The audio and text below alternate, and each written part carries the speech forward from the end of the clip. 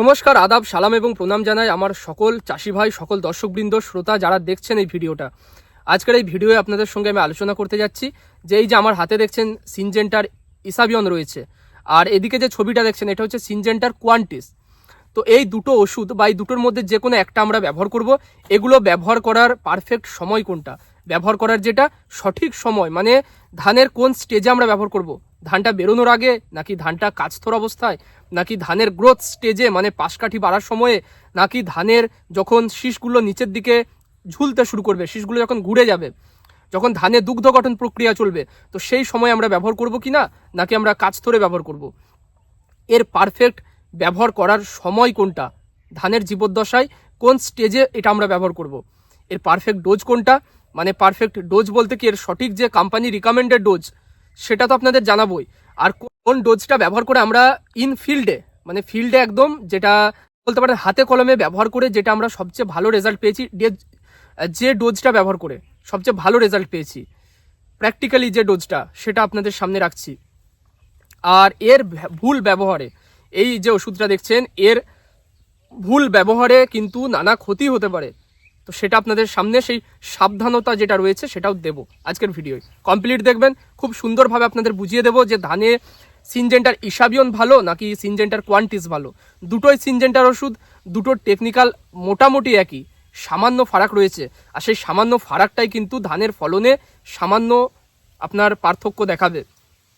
দুটো যে ভিটামিন আপনাকে দেখালাম, দুটো ভিটামিন কিন্তু দারুণ ধানের জন্য, একদম স্পেশালি ডিজাইনড বলতে পারেন। ধানের ফলন বাড়ানোয় এদের ভূমিকা কিন্তু দারুণ। আজকের ভিডিওয় কোন সময়ে এটা ব্যবহার করবেন, কি কি এর মধ্যে রয়েছে, কত ডোজ হচ্ছে এর পারফেক্ট এবং এর সাবধানতা, এটাই হচ্ছে আজকে মূল বিষয়বস্তু। তো চ্যানেলে যারা প্রথমবার এসেছেন, প্রথম ভিডিওটা দেখছেন, অবশ্যই এই নিচেই সাবস্ক্রাইব বাটনটা দেখতে পাচ্ছেন, এটা লাল কালারের সাবস্ক্রাইব বাটন, ক্লিক করে দেবেন। এর জন্য কোনো পয়সা লাগে না। প্রত্যেকটা ভিডিও যে আমি এরপরে দেবো তার নোটিফিকেশন আপনার কাছে পৌঁছে যাবে। ভিডিওগুলো গুরুত্বপূর্ণ যে ভিডিওগুলো আপনি দেখতে পাবেন, তার সাথে সাথে ভিডিওগুলো ভালো লাগে অবশ্যই একটা লাইক করবেন, চাষি বন্ধুদের মধ্যে শেয়ার করবেন। আসুন আজকের যে মূল বিষয়টা সেটা আপনাদের সামনে রাখি।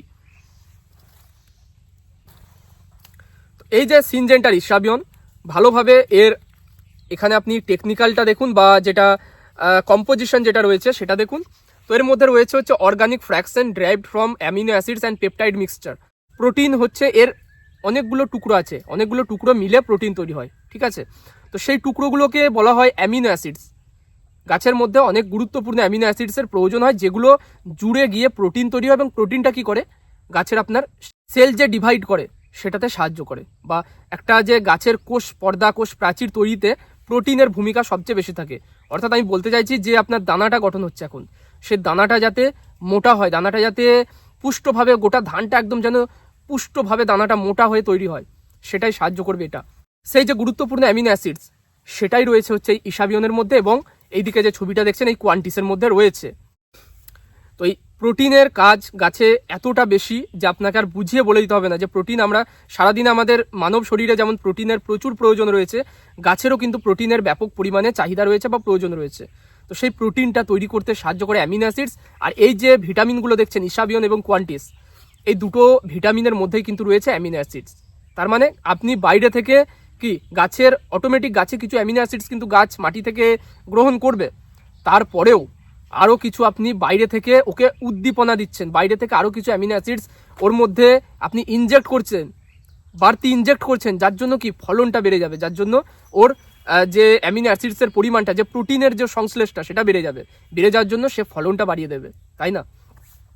ইসাবিয়নের মধ্যে কি আছে আপনাকে বললাম, কিন্তু যদি আপনাকে এর বিপক্ষে আপনাকে যদি আমি কোয়ান্টিস এখানে দেখাই, এই কোয়ান্টিসের মধ্যে রয়েছে ন্যাচারালি ডিরাইভড অ্যামিনো অ্যাসিডস, মানে প্রোটিন, এক কথায় প্রোটিনের উপাদান বলতে পারেন রয়েছে। তার সাথে সাথে রয়েছে পটাশিয়াম, তার সাথে সাথে রয়েছে ক্যালসিয়াম, এবং তার সাথে রয়েছে অর্গানিক কার্বন। এখানে আমি পুরো যে কোয়ান্টিসের যে পুরো টেকনিক্যাল কন্টেন্ট সেটা ভেঙে এখানে আমি আপনাদেরকে দেখিয়ে দিচ্ছি একদম প্রমাণ সহকারে যে এর মধ্যে কি কি রয়েছে। কিন্তু ইসাবিয়নের মধ্যে এত কিছু নেই। ইসাবিয়নের মধ্যে শুধুমাত্র রয়েছে অ্যামিনো অ্যাসিডস, আর কোয়ান্টিসের মধ্যে রয়েছে আপনার ক্যালসিয়াম, পটাশিয়াম, অ্যামিনো অ্যাসিডস মানে পেপটাইড যে চেঞ্জ, লং এবং শর্ট পেপটাইড চেঞ্জ রয়েছে, তার সঙ্গে সঙ্গে রয়েছে কিন্তু অর্গানিক কার্বন। এ সময় এই যে প্রত্যেকটা উপাদান ক্যালসিয়াম, পটাশিয়াম, অ্যামিনো অ্যাসিডস বা প্রোটিন বলতে পারেন, এর সঙ্গে সঙ্গে যে অর্গানিক কার্বন, গাছের কিন্তু ব্যাপক পরিমাণের চাহিদা রয়েছে এখন। শীষটা আপনি দেখছেন নিচের দিকে ঝুলতে শুরু করেছে, সেই সময় এই যে কোয়ান্টিস এর ব্যবহারটা কিন্তু যদি আপনি ব্যবহার করেন দারুণভাবে রেজাল্ট পাবেন। তো এরপরে মূল যে বিষয়টা, সে এই কোয়ান্টিস বা এই ইসাবিয়ন এর টেকনিক্যাল আপনাদেরকে আমি বলে দিলাম, এটা ব্যবহার করার পারফেক্ট সময় কোনটা।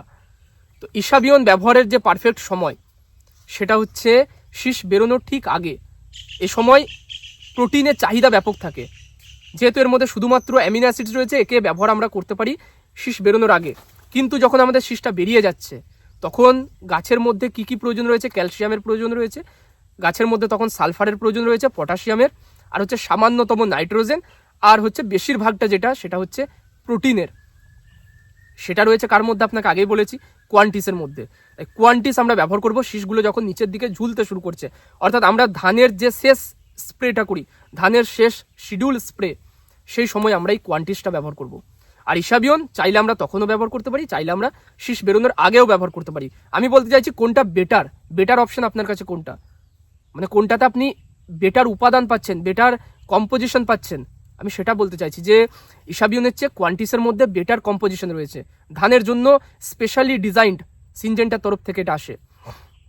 তো এই যে কোয়ান্টিস এর পারফেক্ট ডোজ কোনটা, পারফেক্ট সময় তো আপনাকে বললাম যে শীষটা যখন ঘুরে গেছে নিচের দিকে, সেই সময় যে আপনারা 0050 বা বোরন ব্যবহার করেন, তার সঙ্গে এই কোয়ান্টিসটা যদি ব্যবহার করে দেন ব্যাপক রেজাল্ট আসবে। একবার ব্যবহার করে দেখবেন, আমার কথা শুনে সামান্য জায়গায় একটু টেস্ট করবেন, ফলনে আপনি পার্থক্য পাবেন।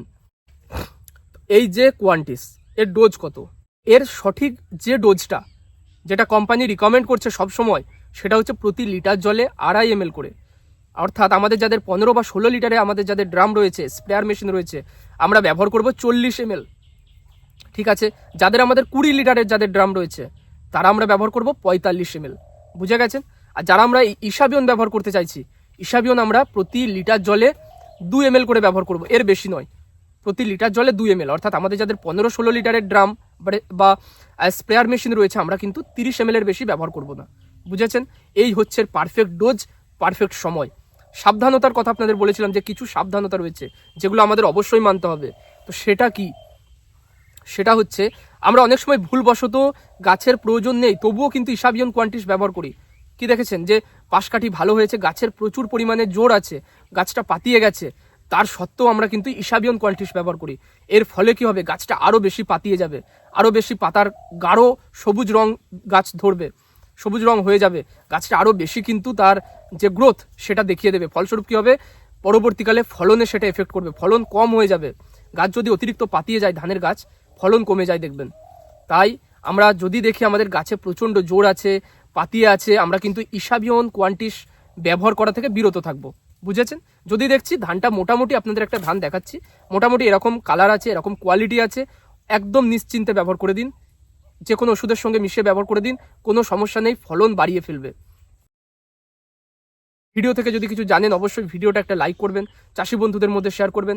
আর চ্যানেলে যদি প্রথমবার এসে থাকেন, চাষবাস সম্পর্কিত ভিডিওগুলো দেখার জন্য আমাদের এগ্রি ট্যাকটিক্স এই চ্যানেলটা সাবস্ক্রাইব করবেন, নিচেই লাল সাবস্ক্রাইব বাটনটা আপনারা দেখতে পাচ্ছেন। আজ এখানেই শেষ করলাম।